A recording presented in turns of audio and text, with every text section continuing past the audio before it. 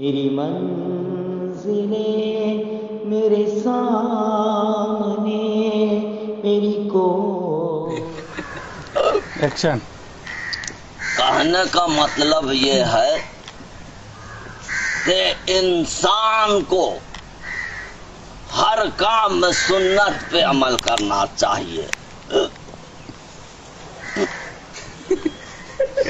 اٹھنے بیٹھنے جاگتے سوتے چلنے پھرنے یہاں تک کہ کھانے پینے میں بھی سنت پہ عمل کرنا چاہیے.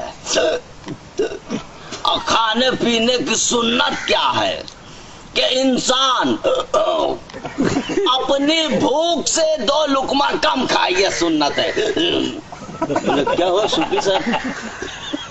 یہ الگ بات ہے کہ آج میرا کھانا تھوڑا زیادہ ہو گیا لیکن میں نے بھی کوئی سنت نہیں چھوڑی. ہوا یوں کہ میں جس جگہ مہمان بن کر گیا تھا اے میرے عزیزو وہ میری عقیدت و محبت میں میری پلیٹ میں ڈالتا گیا میں کھاتا گیا وہ ڈالتا گیا میں کھاتا گیا وہ ڈالتا گیا میں کھاتا گیا. عقیدت و محبت کا یہ سلسلہ کافی دراز ہوا. میرے منع کرنے کے بعد جب یہ سلسلہ ٹوٹا تو یہ بھی تو سنت ہے کہ اپنی پلیٹ کو صاف کر کے کھایا کرو. بتاؤ میں نے کون سی سنت چھوڑی؟